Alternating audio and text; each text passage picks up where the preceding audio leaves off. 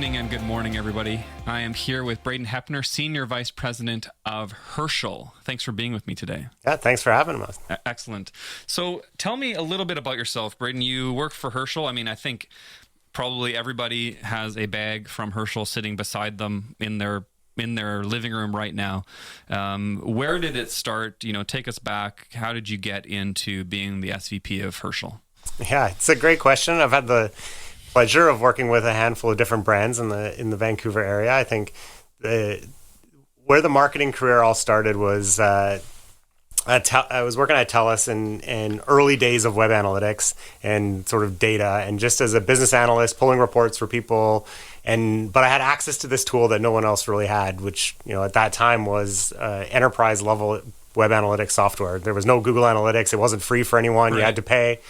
And TELUS had this tool, and I just started to use it and learn and have insights for the business. And people kept coming and asked me, "Hey, can you pull a report for me here? What do you think about this?" And after a couple of years of that, my manager at the time pulled me aside, and she was basically like, "You're a marketer." I was like, I don't think I'm a marketer. And she's like, No, you have the mind for it. Yeah. You're able to take all this data. And so she really put it in my head that I was a marketer of how to think about consumers and how data works and how businesses all flow. So you were a numbers guy. Sort of. I mean, my degree is in general studies, so I couldn't have a more generic degree in community economic development. So there's a little bit of numbers in the economics of it, but always interesting in just how the world kind of works. Okay, interesting. And from there, got the opportunity to work with just lots of great Canadian brands. I was CMO at Clearly Contacts, progressive roles there, working with the team and a really successful online retailer of glasses and contact lenses, all in e-commerce. Yeah. I had a chance to work at Kit and Ace and really learn from the best in terms of brand marketing and how to position a retail business. So it was exciting to sort of put that into the mix and be less promotional on one side, but learn how the brand piece sort of complements, and you have to work through all of that. Yeah. And then to Herschel, where it's a global brand. Over 90 countries it's sold in. You walk the streets of Korea to Amsterdam to Shanghai, and you see a Herschel bag everywhere. So it's kind of a brand that's fun to work with because you can just see it no matter where you go. That's incredible. So Herschel is a local brand. It's a local success story. Local success story started by three brothers who basically looked at it and said backpacks are boring. Like the business was done at back to school, sort of a couple months of the year, and said, everyone can put their perfect look together for how they want to wear all their clothes, and then they throw an ugly backpack on it, and something didn't fit right with them. And so they said, there's an opportunity here. And from day one, just built this backpack brand with a real vision to storytell around it, to make the bag meaningful, to be a premium quality bag that people actually care about. And that's what we hear from consumers all the time, that it's their go-to thing to carry and enjoy. I mean, you do see it everywhere, like you say. I mean, it's just part of culture. It's like just one of these brands that people just engage with continually. And every kid at my son's school's got a little Herschel backpack. Yeah, the backpack's a strange thing because in one sense it's very commoditized, and there's a lot of backpacks out there. You can buy a cheaper backpack. But there's also something when you look back, and I still have my high school backpack sitting in the closet somewhere. Don't use it, but there's something nostalgic about it. Don't get rid of them. They're like the memories that they have. They go with you on all of these journeys, and they're always your sort of travel companion that doesn't let you down. And so there's such an interesting story when you hear people of them traveling with Herschel bags and aspiring to carry one, then carrying one, having these experiences, and it's fun to be a part of a brand like that. I have never thought about that, but I bought a backpack just out of high school, and I went to 25 countries with it, and I kept it. It's so tattered and it's terrible to carry, but I don't want to get rid of it because of exactly that. It has this sentimental value to me that I just want to hold on to, because it's like, I remember carrying it there, and it was kind of my first hiking backpack, And I felt like an adult carrying something like that, And it's amazing from a branding perspective of that emotional connection to a product is, that's what we all dream of how do you create those moments and have someone reflect on your brand in a way that with that amount of love and connection. Yeah. I think maybe a backpack is as important as a wedding ring. Yeah. Which I just realized I'm not wearing Sorry, wife. You photoshopped that one in. Yeah, okay. Okay, so let's talk about social media strategy a little bit here. So what would you say are the core elements of strategic social media marketing? When we think about not just like the how to make a Facebook post or kind of the elements of social media, but like when we talk about it from a strategic perspective, what do you see is really important when thinking about social media marketing? I think you really need to get clear of what you're trying to accomplish as a business through whatever that social media channel is. And I think even 5 years ago, when we talked about social media marketing, it was one or two channels that we'd be talking about. Now it's an explosion. Yeah. And each of those channels plays a different function for different businesses. Some are, you don't need to play in at all. Yeah. And as a business, you can choose, I'm not going to not waste my time, but invest in this particular channel versus that. So I think the first spot to start strategically for me is always, what are we trying to accomplish? And some of that might be direct conversion, type of, very clear digital marketing metrics of, okay, sell, or engage.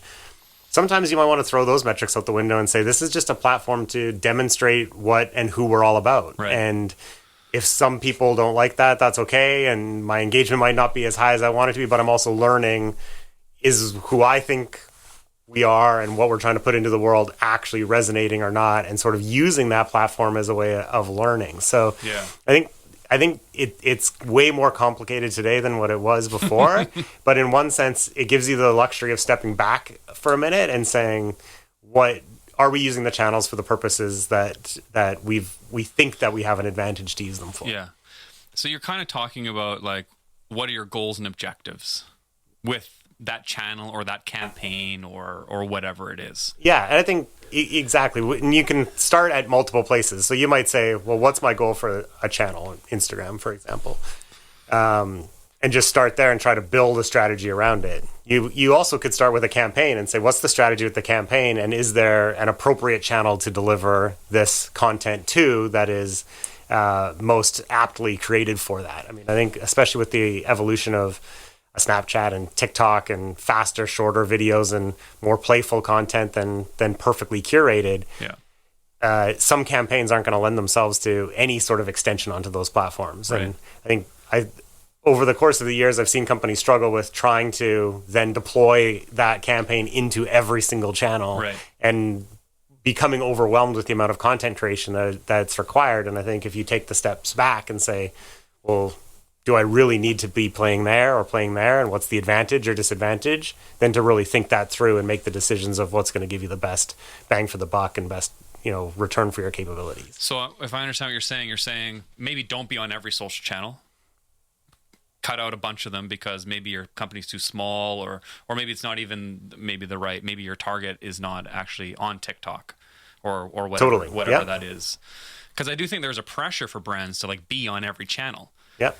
And then they often disseminate the same content to every channel, which doesn't work. What you see on TikTok or what you see on Facebook doesn't work on TikTok. Yeah. I think that's exactly it. And being thoughtful about making those decisions. I mean, especially as a smaller company with a smaller team and smaller resources, are you even capable of producing that amount of content? I mean, I think there's lots of great hacks and tricks to figure out how to create content that can be shared in multiple places. But the more I watch consumers use social media, the more my brain starts to be like, each one of these platforms plays some sort of different role in their life. And even if you're a Facebook, Instagram, user, it seems to me like you're so much more learning, seeking sort of visual stimulation on an Instagram platform. And Facebook has been a lot more, maybe my parents are on Facebook and that's why I'm there, because it's for family or for different things like that. Yeah. Obviously, there's blurry edges around those types of definitions, but I think thinking about what the message you put into those different things, those different channels will affect the ability for those channels to work for you. Yeah, that's great. So when you guys are creating content or developing your strategy to create content, how do you what does value mean to you, or how do you create value or deliver value to your customers? Or do you call them customers or clients, or do you have a name for them? It's a good question. So let's call them customers. Okay. I mean, I think the person who buys the backpack, we have customers as we sell into retail partners. So those are also our customers. Sure. Any retailer carrying our bag that we're also serving them market. too. Yeah. Yeah. So when you're creating a whatever strategy, whatever that may be, how or what are you thinking about when it comes to value? I mean, I think from a social media perspective, somewhere there's a question of reach, especially as these platforms have developed their advertising ecosystem. So it's not what it used to be, where you'd post and sort of gain access to everybody. So now it's are we actually getting the reach that we want for the dollars that we want? Because it almost becomes very much pay to play in many cases. So we're balancing that constantly of saying, are we getting value by getting the eyeballs that we want at a cost effective way? Yeah. And then not all eyeballs on something, not all CPM metrics are created equal of how valuable is that impression to somebody versus someone who actually takes the moment to like it or engage with it or share it. Yeah. And I wouldn't say we'd have advanced econometric models around it, but I think with our guts, we're looking at, okay, this is working and that's not. That's reaching more people and delivering more value for us than something that, for whatever reason, that didn't garner any engagement. And I think it's easy to chase the KPI and be like, okay, well, that's the KPI, right. Works or didn't. Yeah. Sometimes maybe the engagement is a little less, but we feel it's way more on brand message. Right. And I think then the feedback becomes, why didn't we get the engagement with something that we feel is so on brand? And so then you get to, well, are we actually reaching the right audience? And with a brand like Herschel, has been around for 10 years and really grew up with Instagram, our audiences grew up also with a very particular lane in which the brand was functioning. Yeah. And we find when we break that, maybe less travel photography or something like that, our engagement rates will change. Really? And so it's, even though there's over 1 million people following it, it's still a very specific 1 million people who have a specific preference to see certain content from us.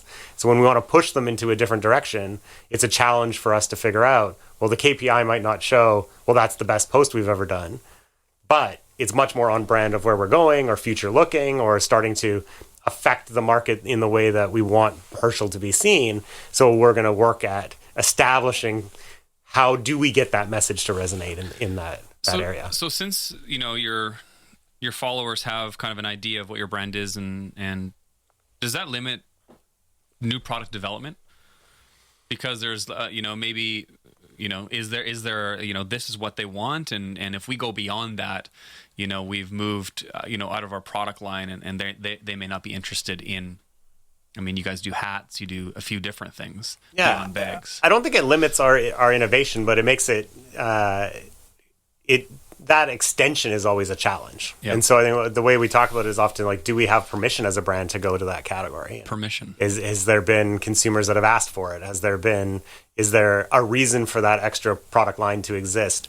One of the things that when I first joined the company that always surprised me, I had sat down with the product person, went over and said, you got to spend the whole day with me and walk me through every product that Herschel makes and why did we build it? How did we function? Like all these things. And one of the things that she said to me about the bags was, well, we've designed this backpack and it may have less pockets than some of the other brands out there and all that stuff, but we've designed smaller bags to go inside the backpack so you can still be very organized. Right. So the idea of it was, well, better storage. Here's now your pencil case, or here's your dot kit, or different things. Yeah. And it's all isolated and collected and put together. From the outside, I never would have even thought that that's what the brand had done. Yeah. But there's an interesting story and design reason for why all of these products do exist. And so for us, as long as we've got permission from customers and we see that, we're bold enough to go for it and to try. And we don't always get it right. We'll learn and move that through. But I think that is a concern that people have, right? Is if consumers know me for this, am I going to distract them? Yeah. Are they going to start to not understand who I am as a brand? And they're all valid questions and need to be thought through of how you might bring those extensions to market. Yeah. I mean, that leads us into like this question of risk, and we're kind of talking about maybe product development risk, but what about how do you view even maybe creating content and the risk of creating content? Either no one cares about it, it falls flat and no one likes it or shares it or whatever, or maybe that it's controversial or edgy and that it now people are offended or you've misstepped or something like that? How do you walk through either avoiding that, and then how do you deal with it when it happens? Yeah, good.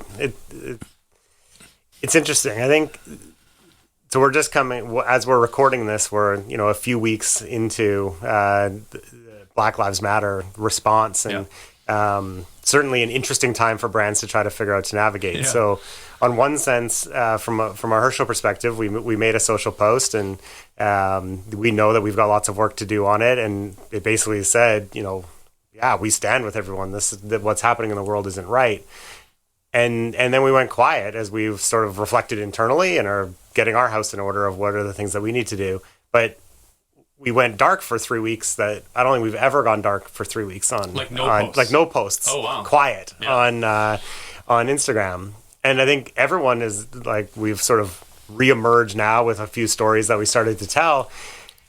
But the world didn't end either. Right. And so the risk of how much effort do we put into the content to feed a content machine, 15 times a week, twice a day, every day, go, and then to shut it off for 3 weeks and be like, did anyone notice? So you think people didn't notice? Well, I think people noticed, but I think it wasn't as dire as we would have thought. And so we're immediately having the conversations of like, well, what if we just post 3 times a week? Like, let's just make each post that much better, dial it back, like, because it does breed the necessity of work over and over and over and over, and maybe it's a better move to do less but make it better. Right. So I think there's a risk in terms of investment in content, over investing in content. Yes, we all know content is king, but I think, again, depending on your industry and what you're trying to accomplish at the time, the right content is king. I think not just any content, right. Not just masses of content. It's got to be really precise. You can coin and change that whole slogan. Exactly. Maybe I should. The right content. The right content is king. I think that's really important to understand, because so much of it's hard to find a balance of creating highly curated, excellent content that seems kind of insincere to kind of the Instagram story of the nice sunset at the beach that you happen to walk by, and understanding that somewhere in between there is actually the right content that people actually want to see, and it actually adds value to their life. Yeah. And I think B2B marketers probably get this even closer, because a lot more considered purchase, a lot more complicated purchase or complicated system that you might be buying. And the content there seems natural to be, I want to have a white paper on the research behind this, or whatever the case may be. And so there seems to be a lot of content that needs to be driven there. Yeah. But on a consumer lifestyle brand, you're trying to make someone fall in love with your brand as if it was a person. That's kind of how I often think about it. The personality of the brand, how do people respond to it? Are they loving it, going to the wall for it, keeping it forever? And so in doing so, what is it that you love the most about your friend's account, your wife's account, your kid's account, that makes you want to always be connected with them, even if the content's not perfect? Right. There's some balance in there that as marketers, I think we're trying to still figure out of like, what's the right way and how much do we produce? Yeah. Have you guys had any missteps where content has gone bad PR from something you guys have done or said? Yeah, knock on wood, not really. I think there's always challenges. Like sometimes there's always somebody who's thinks you should say it a different way, or thinks maybe you should overstep. I think we're fairly cautious. And when content goes wrong, I think it's just a matter of really taking a look, listening to the consumers and to how people are responding to it, and understanding, if you've made a misstep, then own the misstep and make it right. I think there's no shame in that. There's learning and everything else. And in other cases, sometimes people just won't like it, and that's okay too. Maybe that consumer is not actually right for your brand, or I think you have to really think about why people are responding the way that they are, and then say, okay, are they responding?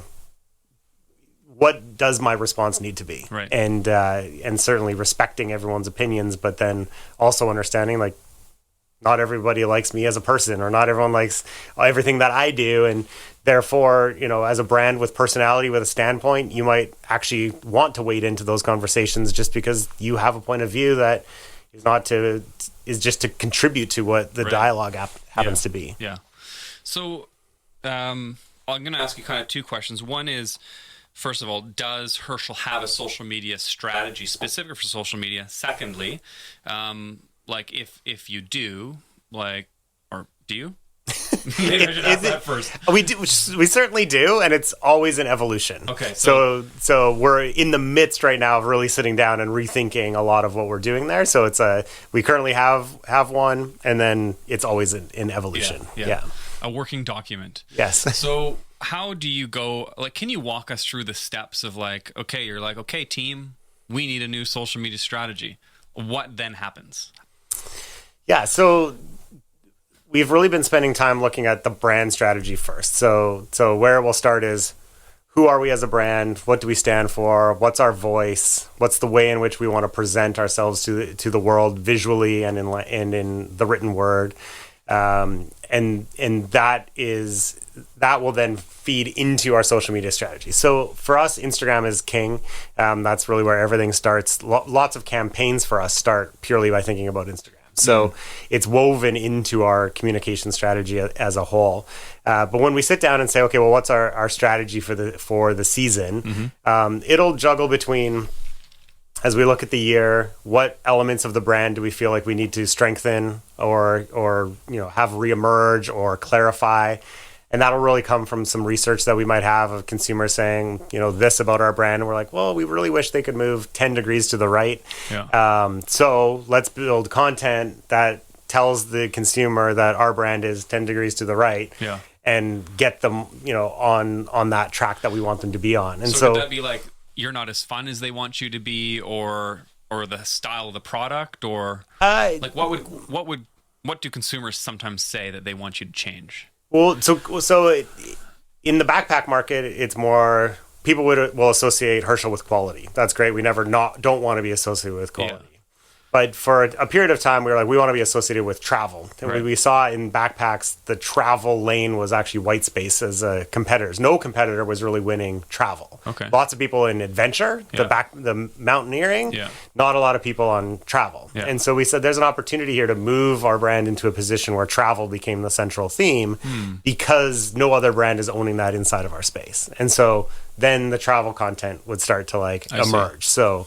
And what does travel mean? Does that mean like suitcases, duffel bags, like backpacks for a carry-on? Like, I mean, all of the above. So Herschel has all of those products. Right. And so that's why it led itself to travel. I mean, the way we speak about it, even more so now, is even we've backed off a little bit of travel, especially with COVID and travel restrictions. The next few years, that's not going to be the thing to hang on to. Yeah. So more like the journeys that you might take or road trips. So then it becomes much more backpack, duffel bag focused than your hard shell, luggage. So journeys, is that a strategic term that you guys have used? Yeah.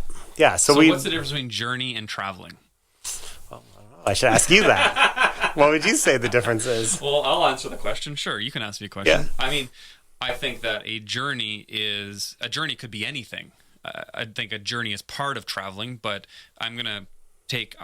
like when I go to work to teach, I ride my bike, and I see that as a journey. Mm-hmm. It's like a little experience, along the seawall or something like that. Like that's a journey to me, as so is getting on an airplane and going on a vacation. Mm-hmm. So, but I think journey is probably more micro and more local, maybe. Which is maybe that's why you guys have gone that direction. I mean, and could be both, really. Yeah. I mean, I would say most people assume travel is longer term. Yeah. Where journey can be very much local and broad. Yeah. I also think there's a more emotional connection to the word journey and allows you to explore some different areas. Yeah. So I think even, again, backpack brand, lots of high school kids have it. I mean, you think we're right now in graduation season. Man, those kids are on a journey. Yeah. And I'm like, they're going to university for the first time, or university kids graduating and going into the workplace. And that's a journey. Yeah. And the Herschel brand has such a unique position in there that we do have permission with people to talk about all of those different stages that they go through, and be there with them. So it's interesting that way. Wow, that's great.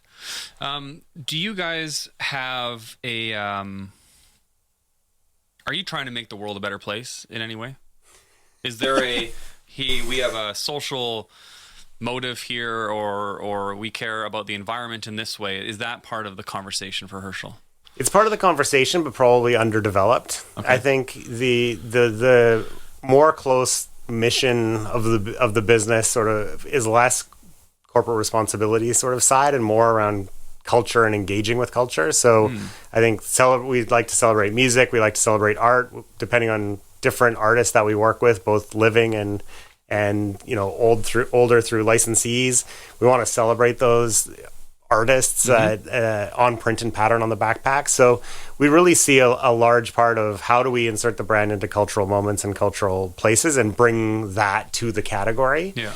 But obviously there are other aspects of it around it, and conversations around sustainability and the fabrics and fabrications and construction are 100% always being talked about, and there's innovations coming with that in the future. Yeah. And there's certainly times in which we connect with in crisis moments. Bags can be very useful for the Red Cross and disaster relief and different things. So happy to come alongside and participate there. So you guys send like a container full of backpacks somewhere? Yeah, exactly. We'll pick up the phone when there's a problem and say, how can we help? And try to participate. Even with frontline workers here, just the need for going to and from work with a bag that they can put their scrubs in and get washed or whatever the case may be. Was happy to sort of support frontline workers there. So it's part of the conversation. It's not we weren't founded with here's our mission to change the world. But here's our mission to participate in culture and bring, lifestyle to a kind of stodgy category. Right. Because I guess so you say a stodgy category, you're competing against, well, maybe let me ask you. So who do you guys view as your competition? It's an interesting. So there's two sides to that coin. One is we would often say we don't have a lot of competitors because we see ourselves more like a shoe brand that makes backpacks than a traditional backpack commodity brand. Whoa, break that down for me. Well, let me finish the competitor space. Okay. The true competitor, when we're assessing the market, is certainly there are backpacks and handbags and all JanSports exactly the JanSports, the Eastpacks, then all the way up the stream of why are you choosing that bag versus that bag. It's a very large market and quite fragmented, so there's a lot of competitors, and around the world it'll vary by country as well. Lots of different competitors out there. The shoe conversation it goes back to that cultural relevancy, and just even thinking, there might be a competitor out there who makes a backpack, slaps a bunch of different colors on it and sells it at a commodity price point and is really featureless and designed to last one school season, and that's it. Yeah. Yes, they're a competitor because they sell a backpack. We don't aim to compete against them at that price point or at that quality level. We're trying to create a bag that people will love as much as they love their shoes in different ways. And as much as Nike will take an Air Force One and they'll have a basic model and they'll have special collaborations with it and they'll have, more premium, fabrication version of it. It's exactly how we approach different backpacks. We'll have a very famous silhouette, Herschel Little America with the stripes on it, and we're using different materials, different fabrication, different partnerships. That bag lives and evolves over the years, but is as iconic to Herschel as an Air Force One is to Nike. Right. So that's what we're constantly thinking about is and inspired by a lot of the shoe brands and sort of how they take their product architecture and build into it and build that equity over time. Right. When I think of Herschel backpacks, I always think about like the candy cane stripe, the inside. Yes, like the red and the white. It's an engineer stripe.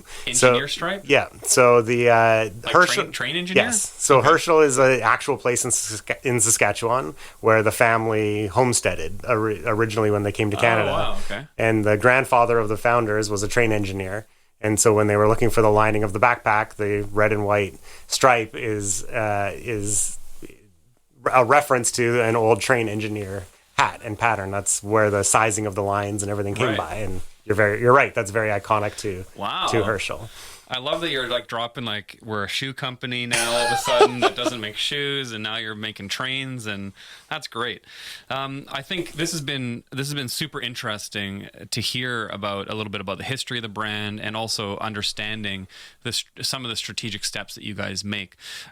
So when we're looking at, and this is kind of where we'll end, when we're looking at the strategy of your social media strategy, who is the person, or where in your departments does the development of the strategy happen? Because you're the SVP of marketing. Yep. I'm sure you have all kinds of different departments within your company.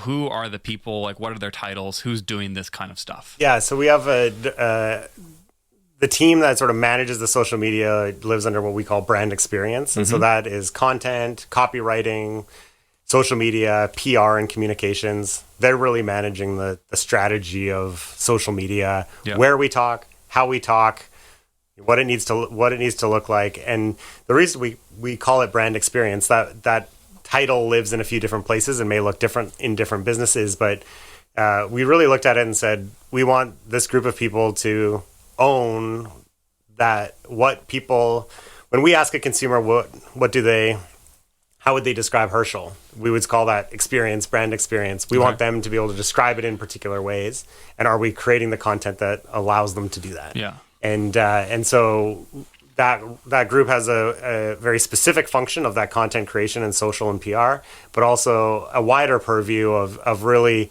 commenting on a lot of the areas of the business and saying, like, is it on brand? Is it not? Like, why? Can we work on that a little bit further? Even to product development?